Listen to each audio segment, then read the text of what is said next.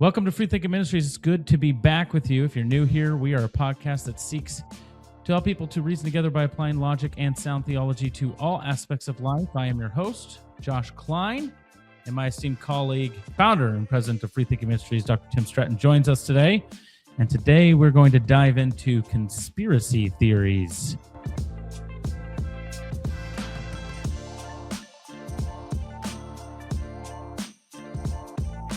Yeah, well, but before we do that, gotta just say, look what I got in the mail, Josh. Look at that. Hey. That's not a conspiracy. It is the second edition of Human Freedom, Divine Knowledge, and Mere Molinism. Look how thick this thing is. My goodness. Yeah. We will we will be doing an audio book, right? Yeah. You'll be reading it. Eventually. So hey, go to Amazon. It is in the description. You can click on it. You can get the Kindle version for $10 right now. Is that correct? That's right. That's right. Yeah.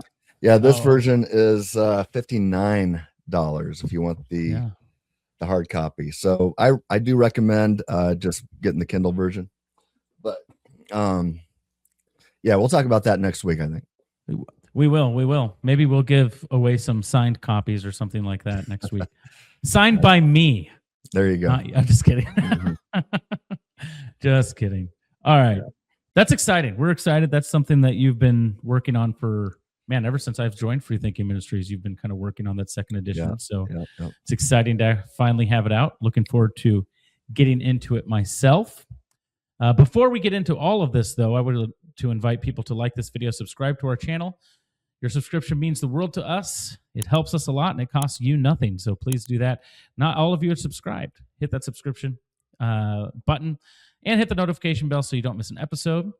So, Tim, we have lightly touched on a few of these things before. We've spoken about Candace Owens.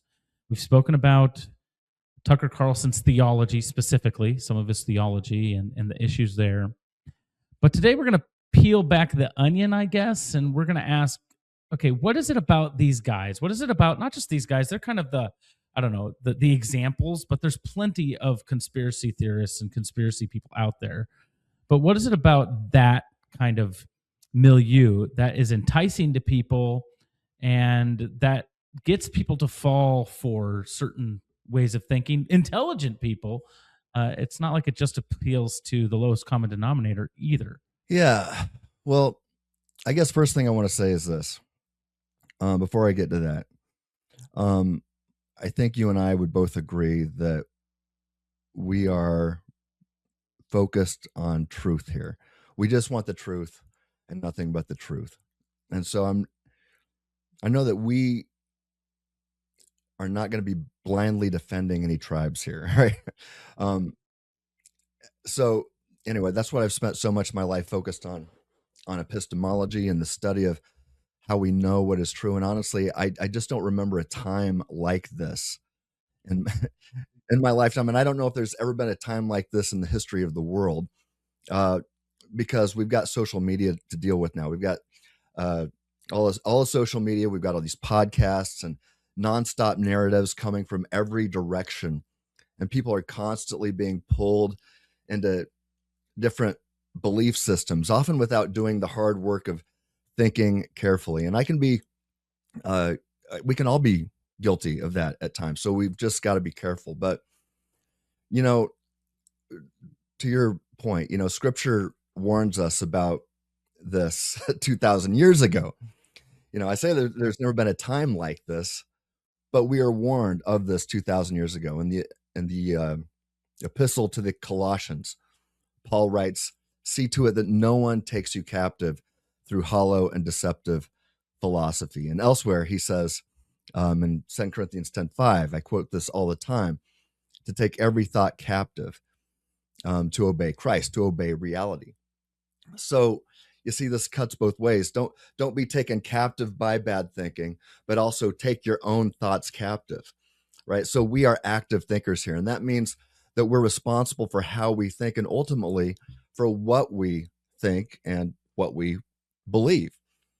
And one of the most important questions that I ask myself every single day is this: is it possible that I'm wrong? Is it possible that I'm wrong? And of course, the answer is always yes. So what follows from that? I mean, it means that I've got to double down, do my due diligence, examine my biases, and examine the evidence, sometimes over and over and over again. But Scripture tells us to test the spirits, it even tells us how to test prophets. So this is highly relevant here. We need to test those whom we are allowing to influence our thinking. So I don't know if I addressed your question there, but what would you follow that with? No, I think we're right in line there.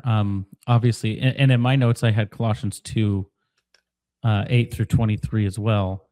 And I think in social media age, and I would say in like YouTube Shorts and TikTok age, our attention currency is attention, right? Mhm. That's basically what currency is now. That's how you make money. That's how people in the content space make money. And so if currency is attention, or attention is currency, however you want to frame it, if attention is currency, then some people will do whatever it takes to get that attention. And sometimes we will fall into spending our attention in places where we ought not to spend it, or ought not to continuously go to. I mean, there's a reason why these sorts of things have been found to be addictive, because we just start to spend the currency of attention in those areas.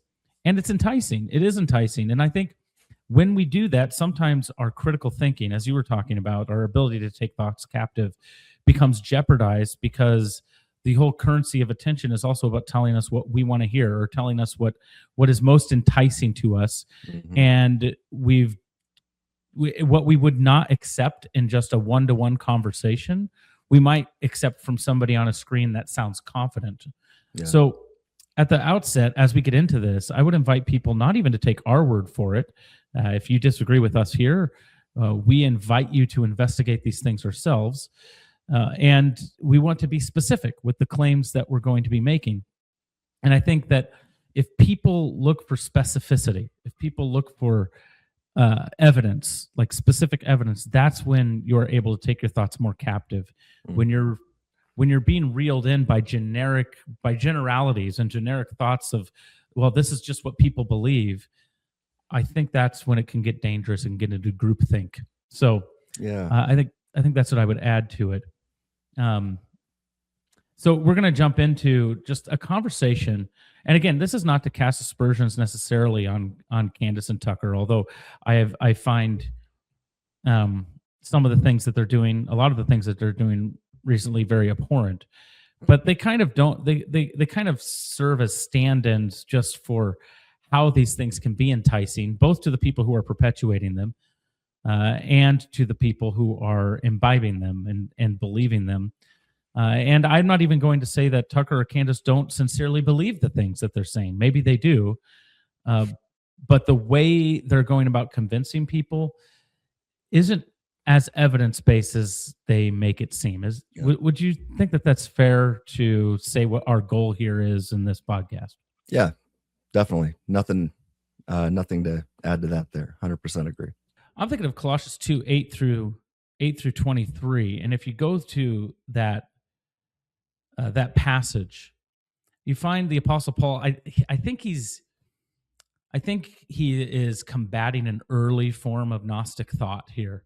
Now, for those people who don't know what Gnosticism is, it's this idea of secret knowledge, this idea of the material world is evil and the spiritual world is good. And in order to be in alignment with the truth and enlightenment and reality, you must then have a secret knowledge to gain access to the spiritual realm. That's basically what Gnostic thought is. And it wasn't formulated in its completion when Colossians was written, but there were aspects of it. And I think Paul is dealing with this in Colossians 2. And so that's why he's saying, hey, there's human tradition. See to it that no one takes you captive through hollow and deceptive philosophy, which depends on human tradition and the elemental spiritual forces of this world rather than on Christ. Now, some people will be like, well, see, human tradition, that means human philosophy. It's like, well, no, that's not necessarily what he's talking about. He's saying empty philosophy, philosophies that make us the focal point of reality rather than Christ, right? And then he continues, and I'm not going to read through the whole thing, but he says in verse 23, he says, such regulations, he's talking about do not handle, do not taste, do not touch, all these things, indeed have an appearance of wisdom with their self-imposed worship, their false humility, and their harsh treatment of the body, but they lack any value in restraining sensual indulgence. And the reason I wanted to start there is because I think this is kind of where we're at with some of these things, where there's an appearance of wisdom that comes with this way of thinking. There's this appearance of wisdom when we can be in the know. We're one of the few people that is enlightened to this cabal of people that are pulling the strings all over the place. And since we're enlightened, we are more wise than the other people who don't believe that thing. And there's this appearance of wisdom, but it actually does nothing to protect us from our sensual desires. In fact, it actually, I think, increases that appetite, because it's not about humility, it's about pride. So I think that's part of what's going on with some of these things, is that there's this enticing thing about Gnosticism that if you're granted access to this secret knowledge, Right. you are one of the few. You are one of the few that are in the know. And there's a secret knowledge that's hidden behind the veneer of what others perceive as reality. And if you can gain access to that, you are one of the few people that sees the world as it truly is. And I think that's part of it. And we'll get to the other part as well, because I think that's part of the enticement that people see. And I think there's another part. But what do you think of that at the outset? Oh, I think that's so good.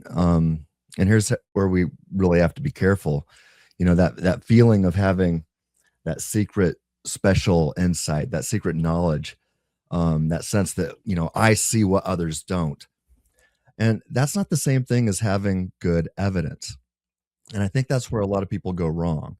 And I've given people like Candace Owens multiple chances to persuade me.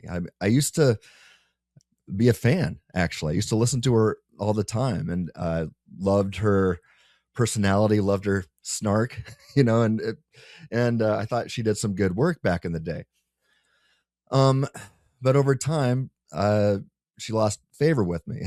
But with that said, I hear about these things that she's saying now. I'm like, okay, well, it's possible that she's onto something. So I continue to listen to her.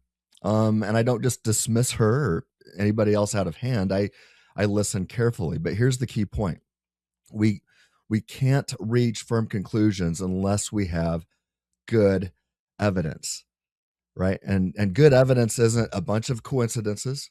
It's not a compelling narrative. It's not a suspicious pattern necessarily. I mean, it's definitely not enough. Maybe that gets your attention, but it's not enough to convict. It wouldn't convict in a court of law, and it shouldn't convince anybody in the court of public opinion or in the public square either. So we've got to be committed to evidence. As we're apologists, and if you're in the apologetic field at all, you're committed to reason, logic, and evidence, and that's what you're focused on. And to be convinced, to change your mind, you have to have good evidence. It's got to be logical. You've got to make the connections. You have to show conclusions. You have to show what follows from the evidence. So that's what I'd add to that. Yeah, I think I definitely agree with that. That's what we want to do. So I think the other susceptibility to this sort of thinking is to people that are jaded and cynical because of our institutions that we are supposed to trust have constantly been weaponized against us and used to peddle false narratives. And we'll get into some of that. Like COVID, I've joked that COVID broke a lot of people. Yeah. They thought that the world was one way, and then COVID showed that the government institutions that we trusted or thought we could trust were untrustworthy. And because of that, many people use this distrust of institutions to build their platform. And I'm fully aware that when I say that also sounds cynical. Right. Like I'm being cynical, but I think there's good reasons, as you said, to believe that. And so we're going to take a look at a few things when it comes to like this secret knowledge. And what I want people to think of as we take a look at a few of these videos is, number one, what evidence beyond feeling, intuition, or vibes is being presented in these clips. Okay. And then what direction, like where's the conclusion going, right? Mm-hmm. Like where's the conclusion? So the first clip I want to talk about is, and I think also to point this out, is I think good conspiracy theory has some element of truth to it. Right. Like there's some element of plausibility. Otherwise it wouldn't be a good conspiracy theory. I'm sure there are conspiracy theories that aren't, that are just ridiculous on their face. Mm-hmm. But good conspiracy theories have some element of truth to them or some element of plausibility. But then they wrap that up in evidenceless-based claims, and I know that this is actually what's going on. So the first one I'm actually going to take a look at, and this has kind of been in the news just recently, is this idea of aliens. And it's interesting because, hey, I think there's some plausibility there, but then Tucker is going to take this a step further. And there's a few, we're going to watch just a few clips of him, because it's going to be like, oh, yeah, that kind of makes sense to, wait, what did he just say? So this is just maybe like 30 seconds or whatever of him talking about aliens and the U.S. government. The government has, in fact, had direct contact with these beings, whatever they are. I've already told you what I think they are, and has entered into some sort of agreement with them, which is the claim of informed people. There's certainly an awful lot of highly informed speculation that there are very dark reasons that they don't want because they're participating in it. That there have been technology transfers that are, consistent with what we know about spiritual forces, which is always a deal. Bow down before me and all of this will be yours. And there is a lot of speculation that the U.S. government has participated in this, and the defense technology, in particular nuclear technology, is the product of that. Extremely interesting thing that no one seems to know is that it's not exactly clear where nuclear technology came from. I've never met a person who can isolate the moment where nuclear technology became known to man. Okay. Wow. So to be clear, as people are watching this, I selected these clips and Tim has no clue what's coming up next. I haven't seen these. So getting after that one. One thing, and something that we've talked about in the past, is Tucker's really bad theology. And his really bad theology driving his cultural engagement and political views. And just how he dropped the, bow down before me and all this will be yours. He's dropping these references to Bible verses to try to make himself sound like an authority, a theological authority on these matters. When it comes to Candace, I think Candace actually really believes what she says.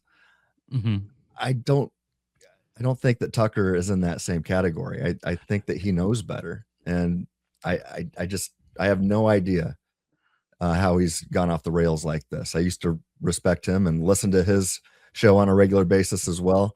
So there's a few things I wanted to point out with this, because when I said, every element of conspiracy theories have some semblance of reality to them. It's like, of course there are spiritual forces, right? We just read Colossians 2. There are spiritual forces in this world that we need to contend with.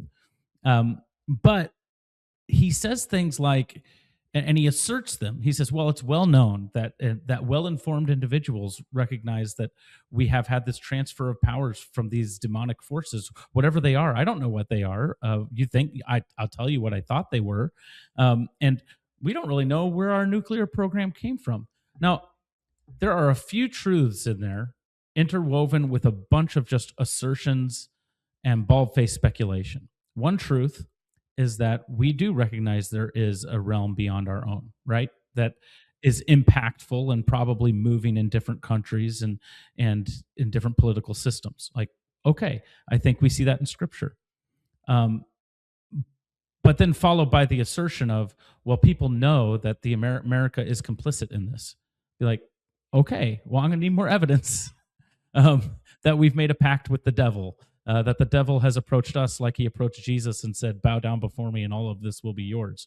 And then the second thing is that we don't know exactly when our nuclear program, how that came to be. And it must have been, and so we fill in the gap. He fills in the gap of, it could have been aliens or demons. Mm-hmm. And to say, well, yeah, or history is tricky.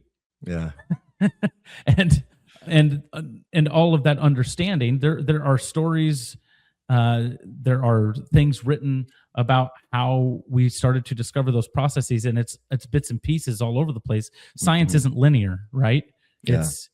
It's different. It builds on each other for different theories from different places and time, and then all of a sudden it coalesces. And this is the kind of thing that drives me crazy about Tucker and Candace and others. Is it's where we need to slow down and think carefully about how reasoning actually works. And I alluded to this earlier, but if we can, we need to use deductive reasoning. Premise 1, premise 2, conclusion. That's where conclusions follow necessarily from true premises, and that's the gold standard here. But we don't always have that. So then we need abductive reasoning, and that's the inference to the best explanation of all the data. But here's the catch: you don't just get to pick any old explanation you like, or say, well, I guess it's aliens, or I guess it's demons. You have to actually show that it's the best explanation of all the data, not just pieces that fit your preferred narrative. This narrative, it's just irresponsible. And anyway, what I'm seeing more and more often these days is people jumping to conclusions based on feelings instead of evidence. Just to hear him talking about the possibility that, is it possible that aliens showed up and gave us the technology for nuclear weapons? It's possible. Show it. You got to show it. Don't just get to throw the stuff out there and get everybody into mass hysteria thinking now aliens and demons are and not that we're opposed to spiritual warfare. We agree that stuff happens, but man, give us some good arguments and give us some evidence. Yeah, and your evidence can't be, and we'll get into this in a little bit, your evidence really can't be just invoking, well, people in the know say. Right. Like that broad, that's just asserting authority, like, well, it's that Gnostic thought. Hey, I am the one whistleblowing this elite cabal of people that know this stuff, and I'm the one virtuous enough to tell you this truth that I know, but I'm not going to name their names, right? Yeah. And that's a common tactic Tucker uses. You look at his interviews, he will constantly say, well, it's well known, or it's clearly there's a group of people that are informed on this and they all know it. And I'm telling it to you. And so that's kind of informs the next clip. He's going to talk about Pearl Harbor. Yeah. And his thoughts on Pearl Harbor. And again, I'm getting this clip from Milk Bar TV, who is not a fan of Tucker. So that's not my point. Just listen to what Tucker says. You don't have to read the thing. See what's going on. Oh, Roosevelt knew that the Japanese were going to attack Oahu in December of 1941. I was like, you must be crazy. Well, it turns out that's true. Yeah. There was a Senate inquiry into it during the war that suggested that strongly because it's real. It's clear there was foreknowledge of Pearl Harbor. It's just absolutely clear. It's like not in dispute. The Senate actually had an inquiry into it during the war and kind of concluded that, yeah, we sort of knew. And then it was buried because there was a war on. What was that? Like, why aren't we? Okay. So again, things peppered in with truth that are then just bald assertions. Well, it's clear we knew because there was a Senate inquiry in it. Well, he gets his timelines mixed up.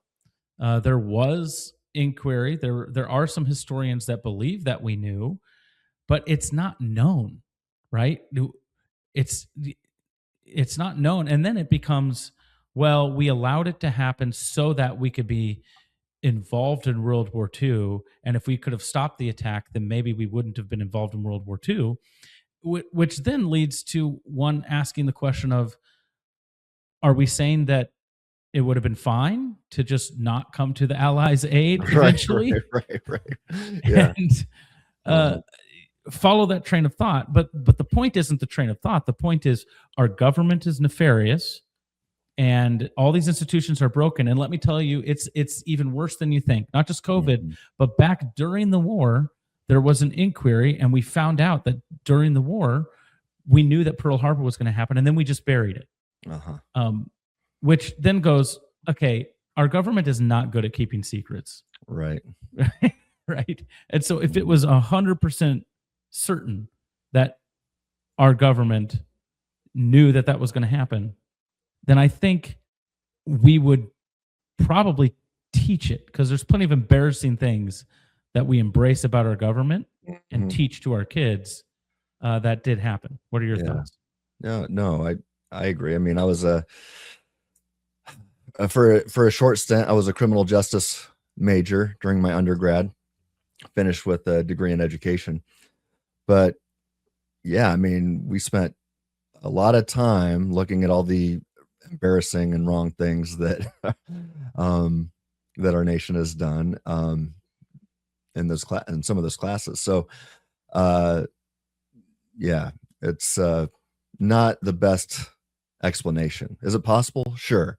Is it the inference to the best explanation of all the data? I am not convinced. Yeah. So that shows the two of them, right? Like first, what the aliens is, I have this secret knowledge that you can gain access to.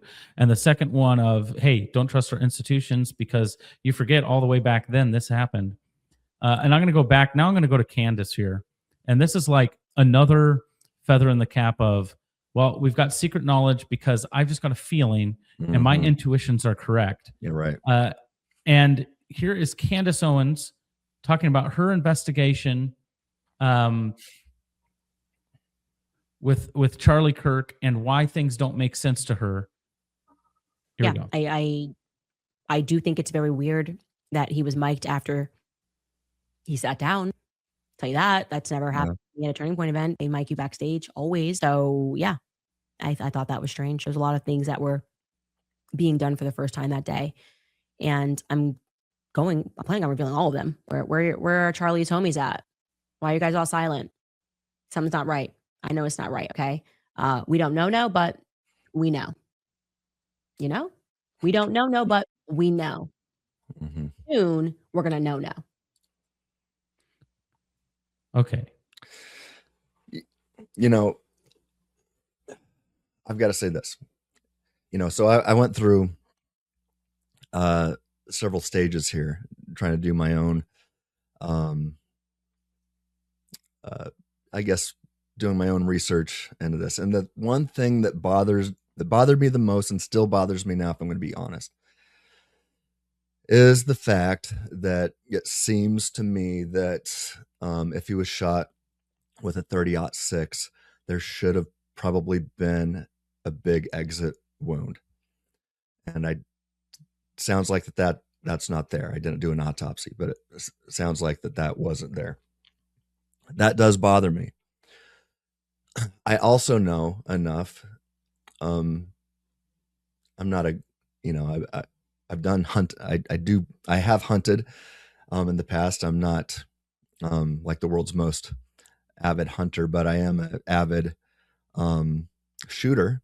And I've got a lot of experience with firearms, and I compete in 3-gun competitions, things like that. But I've hunted enough, and I'm definitely my son's a hunting guide, a full-time hunting guide. And so I'm connected to that world.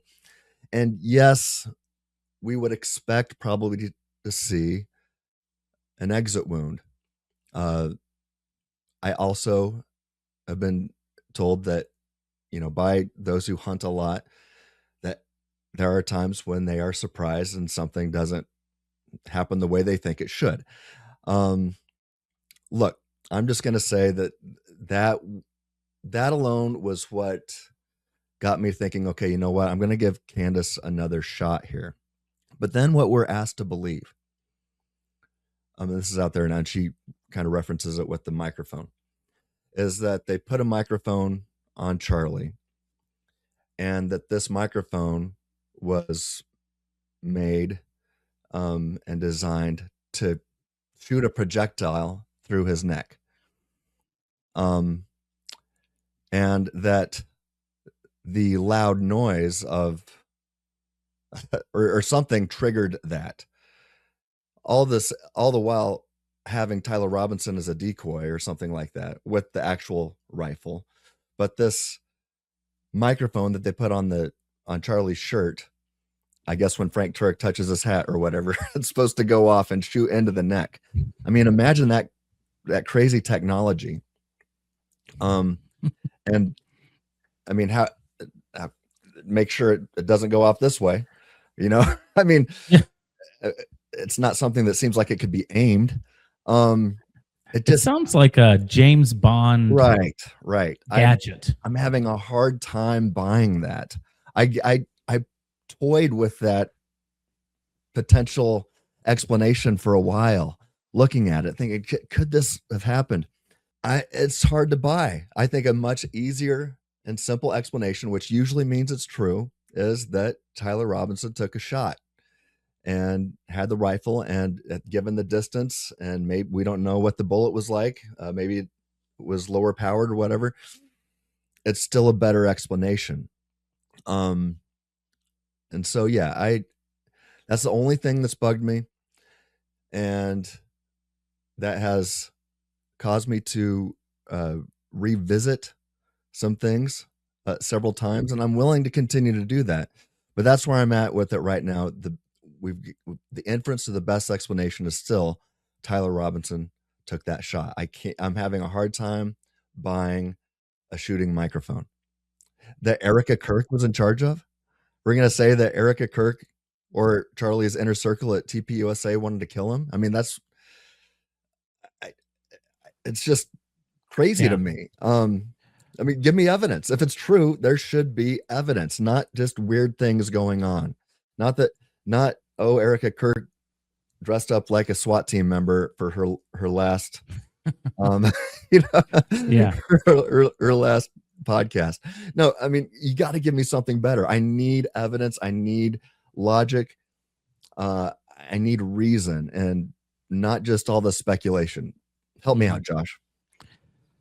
Yeah, that's the problem. And the problem with speculation is that where does it end, right? Where's the limiting principle? And I think that therein lies the issue. So if Tucker's got his issues with some of the things, and I've mentioned some of the other things that he's done before, where he questions the institutions of the United States, but then he records a clear propaganda piece on behalf of the Russian government to say that their economy isn't near as bad as people says it is.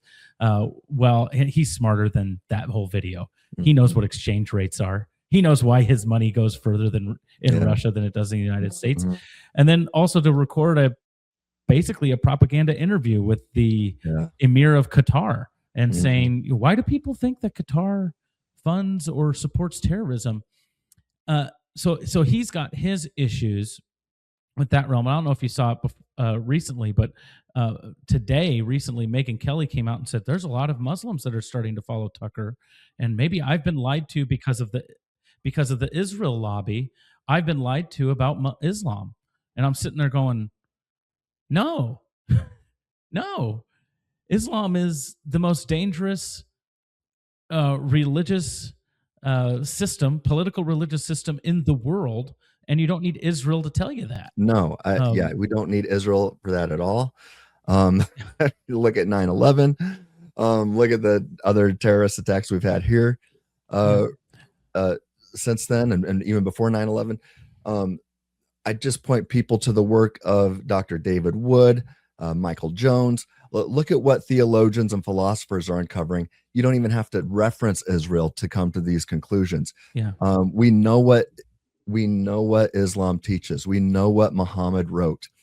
And Dr. David Wood gives a great argument here. He said, look, most Muslims in the United States you're going to get along with just fine.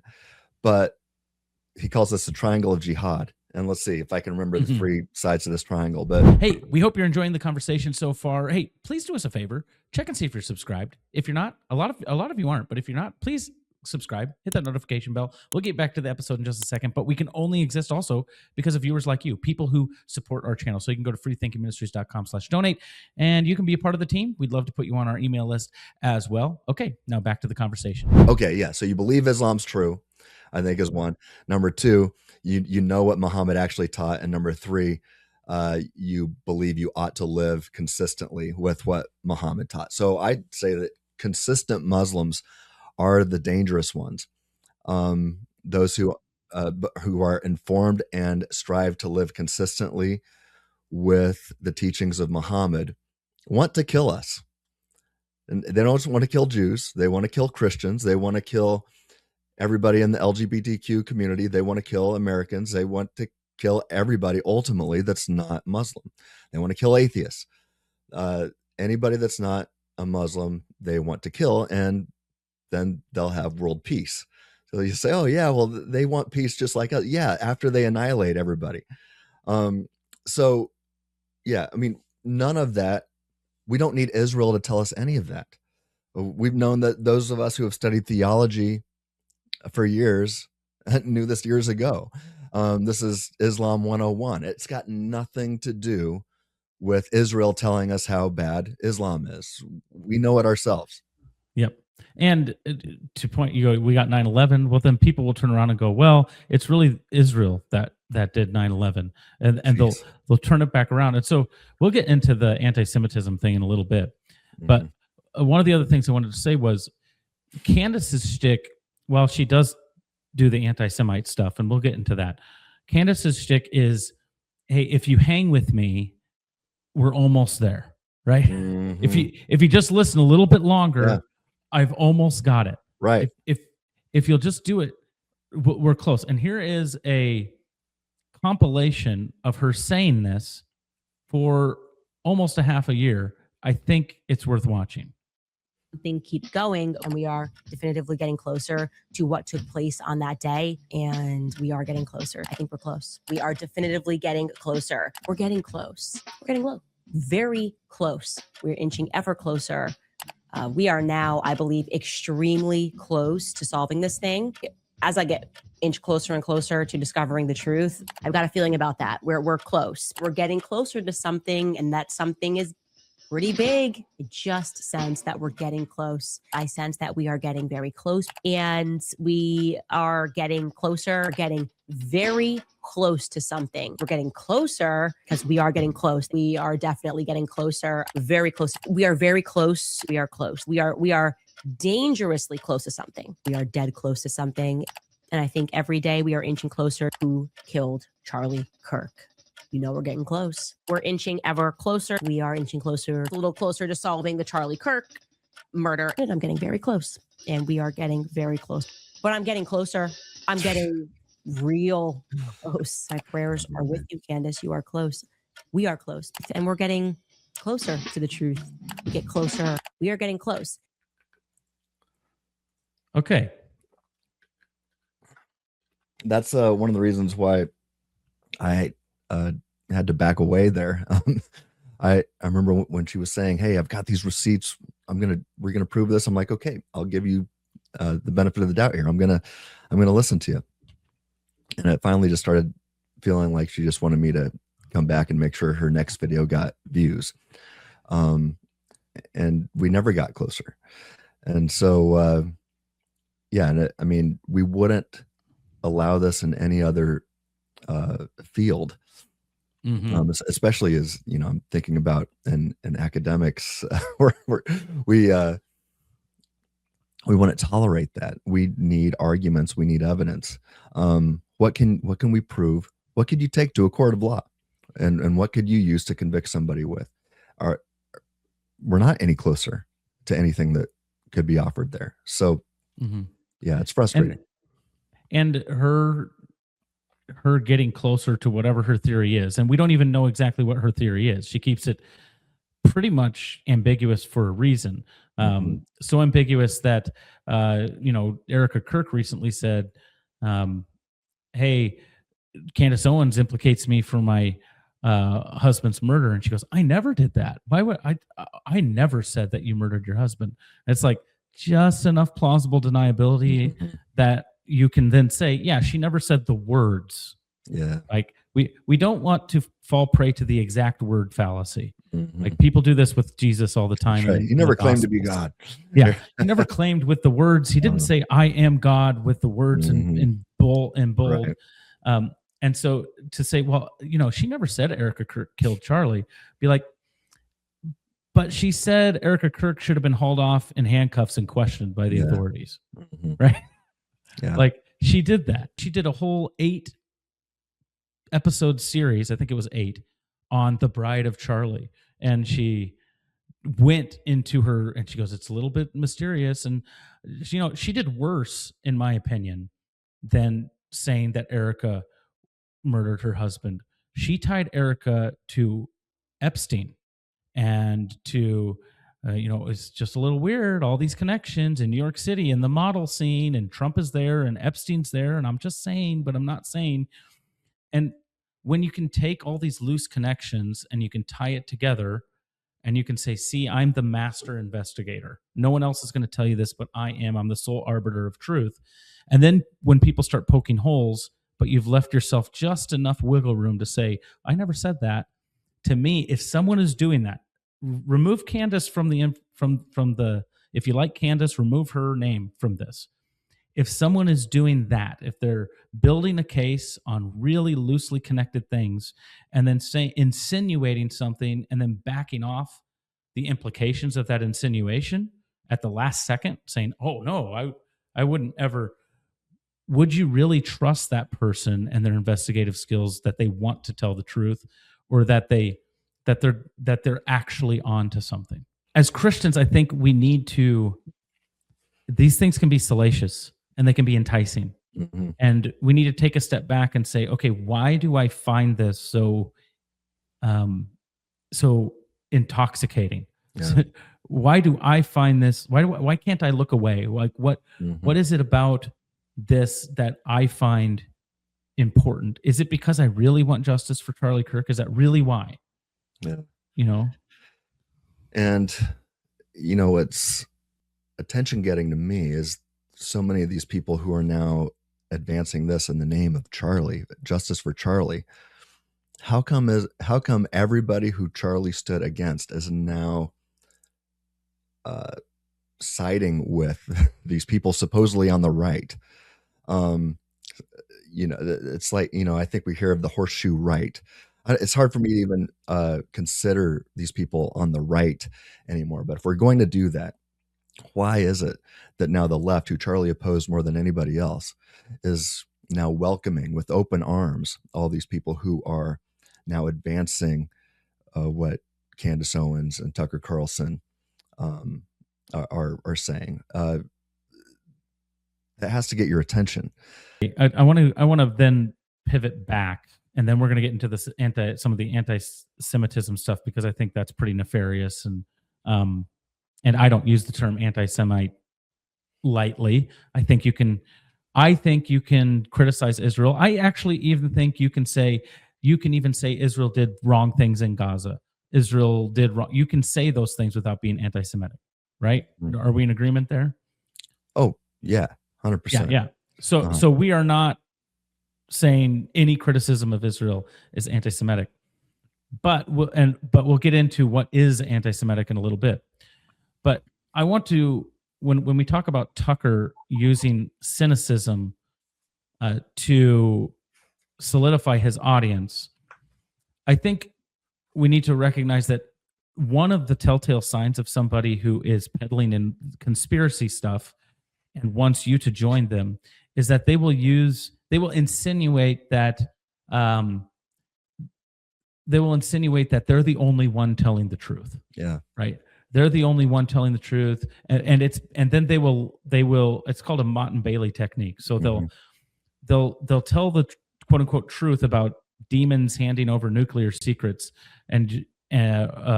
or Israel being the one that's forcing Trump to attack Iran. And then when questioned, they'll go back and say, well, but I mean, I don't know, but if you're not concerned about that sort of stuff after COVID, they'll start to say all of the other things that are an issue. Right. Yeah. And so this is a snippet of Tucker doing exactly that in his recent New York Times interview, where he had this long interview with this lady from the New York Times, and then they had a second interview later. She ends with a question to him about what's changed. And this is what he says. And I think it's doing exactly what I'm talking about. And I mean this sincerely. I don't find myself very interesting at all. I feel like I'm as transparent as I can be. So the idea that I've changed, well, yeah, I hope so. America's changed a lot. And if you still think that making the world better is as simple as sending aircraft carriers to a foreign country, if you think the way to improve discourse is by banning words, if you think the vax is safe and effective, I don't know what to tell you. Like, have you not been paying attention? Apparently not. Or maybe you're just... So you notice he's made some really incendiary and crazy claims.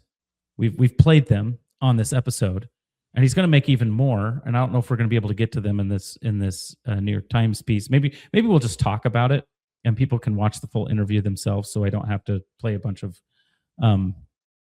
clips. But you see here at the end of the interview, what does he call back to? He calls back to the vax. The vax, COVID, it's not safe and effective. He calls back to, you don't want to ban words, right? You don't like, of course, all of those things I agree with. Do I think solving the world's problems is as simple as sending an aircraft carrier somewhere to threaten violence? No, I don't. But I also don't think what's happening in Iran is as simple as Trump decided to send an aircraft carrier.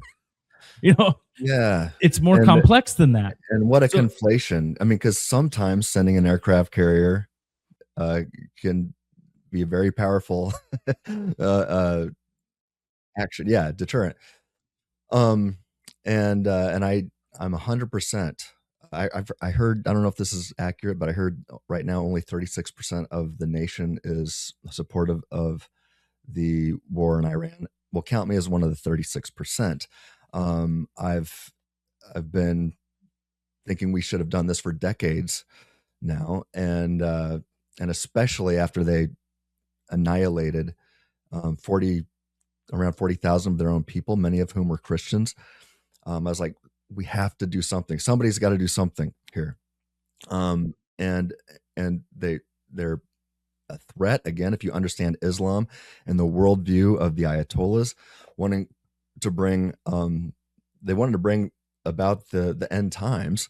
If they get a nuke, you're going to be much more dangerous than North Korea. North Korea basically wants to be left alone, and they know that we can't do anything to them because they've got a nuke. If Iran has a nuke, they would love to use it because as far as I understand, they believe that would help usher in the end times. And so it's a theological reason for them. But to then conflate sending aircraft carriers and more than that now with, you can trust, the vax is safe and effective. Those are two completely different things. And we can make a good argument that the vax was not safe and effective. And we can also make a good argument that we should be in war with Iran right now. You don't just get to conflate these things and say, well, since the vax was, we were lied to about the vaccination and lied to about COVID, that therefore what we're doing in Iran right now is wrong. That doesn't follow. Give me reason, give me arguments. Yeah. And I think part of that is, you train back to, hey, you've been betrayed, people who are watching, by the institutions that have lied to you about these sorts of things, right? And he constantly brings up, he did this in the New York Times interview too, where he'll bring up Iraq constantly. We shouldn't have been at war with Iraq. And then he actually kind of lies about it and says, well, Israel wanted us at war with Iraq. But if you go back, Israel's prime minister at the time wanted us to deal with Iran, not That's right. Iraq. They Yeah. didn't want us in Iraq. Israel Mhm. didn't. And they Yeah. will say things like, well, that was just their public facing attitude. Really behind the scenes, they were pulling the strings on George W. Bush. And again, that's where Unfalsifiable. the that's where the anti-Semitism comes in. Right. Because it's not a fair criticism of Israel. It's a secret knowledge criticism of Israel. That they're just this, cabal that for some reason forced Trump into, Tucker also says in this interview, Trump never wanted to attack Iran. And I could just tell when I talked to him that he didn't want to do it, and his hand was forced, and he's a slave to Putin. He said he was a slave to Putin. And to say, well, that doesn't make any sense, because Trump has done a lot of things that Putin didn't, or not Putin, sorry, Netanyahu. I knew what you meant. Sorry. Trump has done a lot of things that Netanyahu didn't like. So it doesn't make sense that he's a slave. And I know as soon as I say that, I will get a bunch of comments in our thing here that, oh, you guys are just pro-Israel. You don't understand. You don't know. I want to say, listen to yourself. Mm-hmm. Like, there is no nuance in your way of thinking. It's Israel is evil, full stop. Right. And I can say Israel may have done some evil things, possibly, right? Mm-hmm. I They're saw definitely not perfect. some Israeli soldiers. I think this is a real video. I haven't researched a bunch into it, but they destroyed a statue of Jesus at like an Orthodox church or something. Yeah, I think that's right. And I could say that's evil. That is evil. They shouldn't do that. Mm-hmm. I can say that without jeopardizing my position, because my position isn't that Israel is untouchable because God has endowed them with whatever. That's not my position. But the person who thinks Israel's in control of everything can't say Israel has done anything good, or that Israel is not in charge of the United States, because then it blows up their entire theory of why we're in the war in the first place.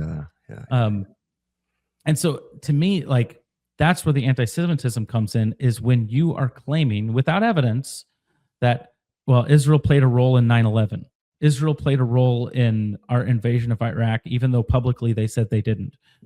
Israel forced us to go to war with Iran, even though our own Secretary of State said, no, this is a joint operation that we were going to have to do anyway. We just moved up our timeline, right?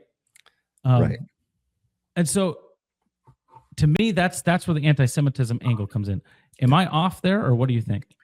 No, I mean, you and I have done videos. I've written articles on why I support Israel, but not blindly.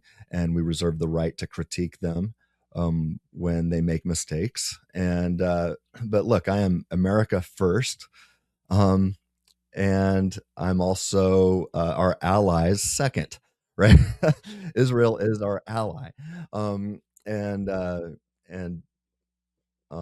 but even if they weren't, I would tell people to look at the case that we've made. We've made both a biblical case for supporting Israel, not blindly, but for still supporting, and also a secular case if you're not a Christian. And I think the secular case is more powerful, or at least more persuasive to the vast majority of people. And so, yeah, go to our website to see articles on that. Maybe share those in the description here, Josh. But yeah, just because our interests are aligned on a point, namely against Iran, doesn't mean that Israel is running America, or that Israel has some kind of influence over President Trump. I don't think Trump is influenced by anybody. I mean, first of all, he doesn't need anybody's money. He's multi-billionaire. And he is, as everybody loves to say, one of the most narcissistic people on the planet, right? Yeah. You can't be both narcissistic and a slave to Netanyahu. I don't know how that works. Yeah, right. So I don't buy that at all. I think what Trump is doing and leading America right now is actually the right thing. It's what I voted for. It's what I was hoping for as I was voting for Trump. So I am for that. And I'm not blindly supporting Trump either. I've been public when you and I have both criticized Trump when we disagree with him, and we will continue to do so. Just like if I would have been pro-Israel back in the day with King David, and I would have critiqued King David with the whole Bathsheba thing and getting her husband Uriah killed, basically murder. It is, and it was murder. And I can critique him and say bad David while still be like, okay, but God is using Israel, and God uses all things together for good. What was meant for evil, God's going to use for good. We can be fair and balanced and call a spade, and be pro-Israel in a sense, while also being completely willing to call them out when they mess up. And I'll do the same thing with Trump. I'll do the same thing with King David. I'll do the same thing with you, Josh. And I know that you do the same thing with me. So I don't see what the problem is. I agree. Okay, last clip, and then we're going to close it out here. Okay. This is, to me, this shows when somebody is peddling in conspiracy, when you can ask the question. So if you go, okay, how do you reach somebody that has started to fall for, I don't know, flat Earth or whatever it is, these conspiracy theories? I think asking questions rather than arguing is maybe the best way to start to diffuse that. Sometimes debate is good, but asking questions is good. So this New York Times reporter, I think, did a great job with Tucker Carlson. Far be it from me to congratulate the New York Times on anything, but the New York Times, she presses him here, and just look what happens real quickly, because remember, he's going to use the same language here that he used when he talks about the demons and nuclear, and Megyn Kelly's just sitting there smiling at him. He's going to use the same language here, but she is going to then ask some clarifying questions. Let's take a look. That job. I mean, who's they? Well, Mary Madielson, for example, Rupert Murdoch, people who were very much vested in using Trump for what we're seeing now. But within the White House? I don't know the answer to that. I've never worked there. So like, if you don't work there, you can say, you can say what you think, but it's hard to really know. This is me looking skeptical. Yeah. Well, no, but it's me being honest. Like, I don't really know. And you read all these things about, Susie, is of course a product of Florida, and there's a whole Florida group and the consultants and Marco and all the rest. And people whisper about that. Is that true? I really don't know. I've never heard her say anything against JD. She seems to love JD, but who knows, man? Who knows? But I know, I definitely know that, like, outside, it's hard to believe that Mark Levin and Laura Loomer, who are, have no constituency whatsoever and would have influence in the White House, but they do. And both of them have been out for Vance from day one, big time. Do you think it's hurting, though, his political prospects? Okay, so for the context, he claims that there's treachery going on in the White House against JD Vance, and she asks, well, who? And he says, I don't know. And then he says, but there's pressure. There's pressure of JD Vance. They have never liked him. And that's where we picked up, where she goes, well, who's they? Now he drops two names. Those are names that are big donors for Republican interests. So it's like, okay, I suppose we could check up with them and be like, do you hate JD Vance? And then verify that. But then notice he said that there was treachery inside the White House. She says, well, what about inside the White House, though? His response was, well, actually, I don't know. That's the truth. I don't know because I don't work there, and I don't know. And people will then see that and go, see, he's honest. And I go, well, he would have never said that, though, if she hadn't asked, well, who is they? And so I think one of the things to think about is to ask yourself those questions, right? Like, how do you know they don't want you to do this? I can point to specific instances of people on the left, certain colleges wanting to shut down free speech. I can point to violence from trans ideologues that show that it's a violent system, and show that why Tyler Robinson is the most likely candidate for having killed Charlie Kirk. I can do that if you're asking me questions, But if you're going to say, well, the FBI did this, or Tucker also in this interview, and maybe we should just go to the interview through the interview at some point. But he says, well, the FBI, Joe Kent shut down the told us that the FBI shut down the investigation on Charlie. Well, that's not what Joe Kent said.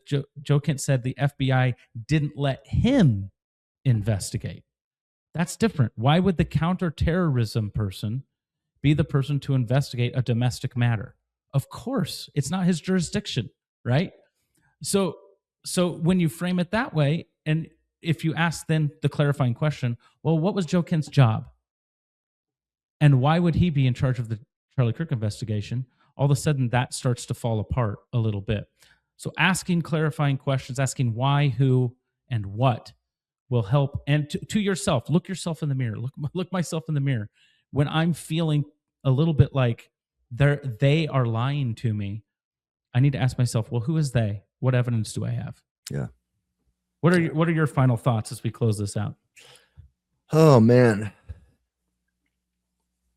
I guess here's something I've been thinking about for a while. Go for it. Is we have to be willing to let our heroes die. I've got good friends and family members who, like, I mean, when you've been so influenced by somebody, and again, I would say that both Tucker and Candace were influences on me on the past, but there came a point when I had to cut ties with them and say, okay, in a sense, you're dead to me now. Not really, but like, that's what I mean when I say you got to let your heroes die. There would have been a time not long ago when I would have called both of them kind of heroes. I saw them fighting what I thought was the good fight. But we have to be willing to cut ties with somebody when they mess up enough, when they continue to be wrong over and over. We've got to give grace. I'll give grace. I don't expect perfection from them. But, what do I mean when I say we've got to let our heroes die? Is that don't believe something just because someone you admire says it. No matter how much you've learned from them in the past, no matter how much you respect them, you've got to examine everything. That includes pastors. That includes scholars. That includes political commentators. That includes your favorite podcast hosts, right? That includes me. I'm going to make mistakes. I do. I do. And so does everybody. But when somebody continues to make mistakes and they dig their heels in against the evidence, that's when you have to start saying, okay, you shouldn't be an influence on me anymore. I mean, I've had to do this in my own life. I've had to rethink things that I learned from pastors and that I've learned from my friends and from former colleagues even. And yes, even from people that I regularly listened to, right? And so I'm not attacking Tucker Carlson and Candace Owens or even Megyn Kelly. I mean, all of them, I looked up to all of them at one point. But right now I feel like, based on evidence, I can say they are no longer people that I trust. I still care about them, actually, and I want the best for them. I really do. And I want them to come back because I think they're powerful forces, and I'd rather have them be used for good. I've learned from these people in the past, but I've reached a point where I no longer find them to be trustworthy. I've reached a point where I no longer find their claims to be grounded in good evidence. And when that happens, I have to choose. Am I going to continue following the person, or am I going to follow the evidence to truth? And so that's what I'm focused on. That's what I guess I'd end with this. If you're not willing to question even the people that you look up to, even question your own side, then you're not actually pursuing truth. You're just defending a tribe. And once that happens, then we've already been taken captive. And that's what we're warned against. Don't be taken captive by shallow philosophy, by bad thinking. Don't be taken captive. Don't be gullible. Don't. We've just got to be reasonable. Come let us reason together, Isaiah 1:18. And, and ask yourself every day. And I ask this to myself as well. Is it possible that I'm wrong? Whether we're talking politics or theology or some philosophical issue, whatever it is, and I'm arguing. I try to put myself in the other person's shoes, see what they're saying, and ask myself, is it possible that I'm missing something? Is it possible that I'm wrong? And if the answer is yes, then if that's possible, then re-examine the evidence and continue to follow the evidence wherever it leads.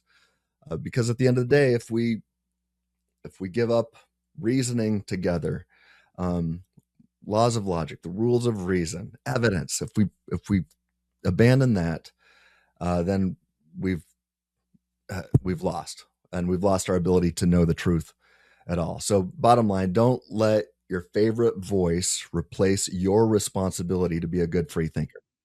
Don't let your favorite podcaster or influencer replace your responsibility to think and to think well. Be a good free thinker and be reasonable. Yeah, I think that's really good. I would close by echoing all of that. And also recognizing that I'll take it even a step further, when you're more dedicated to a conclusion than the process of discovering truth, like you've already decided life would be simpler, not maybe overtly, but you've decided life makes sense if I embrace this conclusion, regardless of what the evidence says. Mm-hmm. When you've already decided that the conclusion is decided and you're going to defend the conclusion no matter what, then you're going to fall prey to those faulty ways of thinking because you're going to start to justify and hear what you want to hear. So I lied. I'm going to play one more clip and then we'll be done. Oh, really? Yes. It's a bonus clip because as you're talking, I'm thinking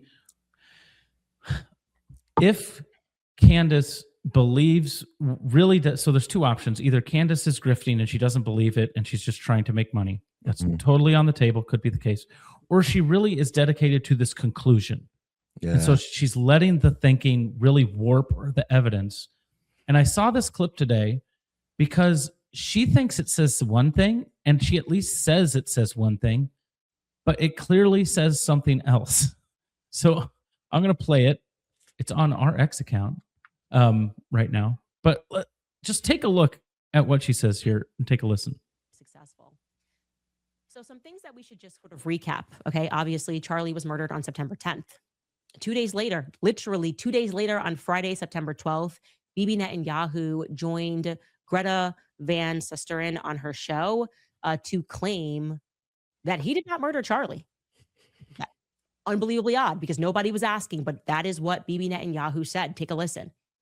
Before I let you go, I want you to address one thing, and it's just the absurdity of it. Some of the internet rumors that somehow Israel is behind the Charlie Kirk murder, and I don't believe it for 1 second, but I want you to make a statement. It's so absurd. That's insane. That's insane. Israel also changes the orbit of the moon. Israel pushes the sun. I mean, the whole thing it's not only insane. I think it's so absurd, so stupid. Successful. Okay. So how did she set up that clip, Tim? Candace or Greta? Candace. How did she set it up? She said, "Oh yeah, that Bibi is saying that he didn't murder Charlie, but nobody was asking that question." Yeah. And then, okay. So why would you feel the need to come out and claim this when nobody's even thinking that, right? Yeah. Yeah. But then when you watch Greta's question, and Candace is watching it. I know. She's playing the clip. Oh. And she's saying, well, he just randomly comes out and says, I didn't kill Charlie Kirk.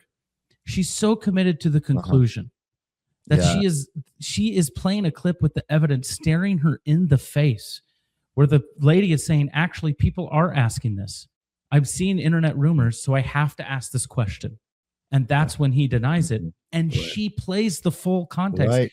And This doesn't is see why I it. think, this is why I think maybe she does believe it, and she's so committed to the I conclusion think so. that she can't actually assess her own thoughts well, because if she was grifting, she would have cut out the Right. interviewer. She would have Mhm. just played Yeah. Netanyahu's answer and said, see? hmm But she is either really bad at being dishonest, or she's so committed to the conclusion that she was just going to play the clip anyway. Right.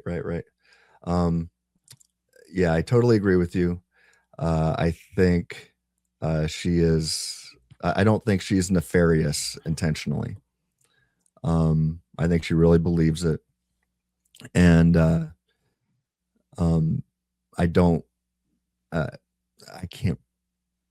I think we have reason based on everything we've discussed today. I don't put her and Tucker in the same category. What do you think? Yeah, I think Tucker is dishonest. Yeah. And he says, I only say what I believe, but I actually don't believe him, because Mhm. he's been caught on text in the Dominion lawsuit saying stuff in text that was completely different than what he said on his news program about Yeah. Dominion voting, and it cost Fox like $500 million. Mhm. He also said he hated Donald Trump, that he loves Donald Trump. He also said 2 months ago that Israel was beautiful and gorgeous and he loved Israel. And then 2 months later, he said, nothing good has been built in Israel since 1948. It's an ugly country. Yeah. So I think Tucker is intentionally dishonest. Well, and you didn't play the clip about him saying, is Trump the Antichrist?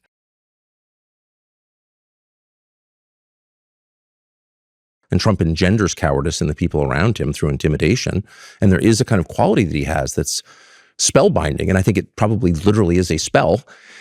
And the effect is to weaken people around him and make them more compliant and more confused. And I've experienced this myself. You spend a day with Trump and sort of like you're in this kind of dreamland. It's like smoking hash or something. It's interesting, very interesting. And there may be a supernatural component to it. I'm not a theologian, but it's real. And anyone who's been around him can tell you it's real. One thing that has bothered me for many years is the fact that a lot of people in Trump's immediate orbit have been hurt and really hurt, gone to prison, become unemployable, publicly shamed, gotten cancer.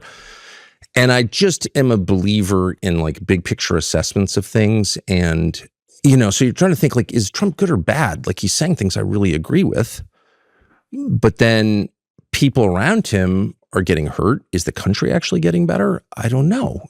You said, and I'm quoting, maybe he didn't put his hand on the Bible because he affirmatively rejects what's inside that book. And then on a recent show, you went further saying, here's a leader who's mocking the gods of his ancestors, mocking the God of gods and exalting himself above them. Could this be the Antichrist? I actually did not say, could this be the Antichrist? Here's a leader who's mocking the gods of his ancestors, mocking the God of gods, and exalting himself above them. Could this be the Antichrist? Well, who knows? I don't know where that comes from, but I know that those words never left my lips. Yeah, I just don't believe him anymore. He's lost all credibility with me as far as he said, could this be the Antichrist? I don't know. And then he said back to her, I never said, could this be the Antichrist? Yeah. Those words never left my lips. And then, in true New York Times fashion, they played the clip right after that, where he says the exact words. So it's not just him denying that he claimed Trump was the Antichrist, because he did leave himself in plausible deniability by saying, I don't know. He denied saying that exact phrase when he actually said it. Right. So I think that's an issue. So I think what we close with here is be careful, right? Evaluate, think well. Don't be so committed to a person or a conclusion that you're not willing to weigh the evidence. Amen to that. Amen to that. All right. Hey, hopefully you like this video. Like it, share it with Tucker, share it with Candace. I'm sure we'd love to get on their radars. Share it with your friends and family if they're kind of confused by Tucker and Candace. Maybe this would shed some light. And let us know in the comments, would you like us to do a breakdown of Tucker's interview with the New York Times journalist? Because I got a lot of thoughts. but it's not necessarily something we often do. So check those in the comments. Make sure you like this video, subscribe to the channel. And as we always say here at FreeThinking Ministries, Stay reasonable.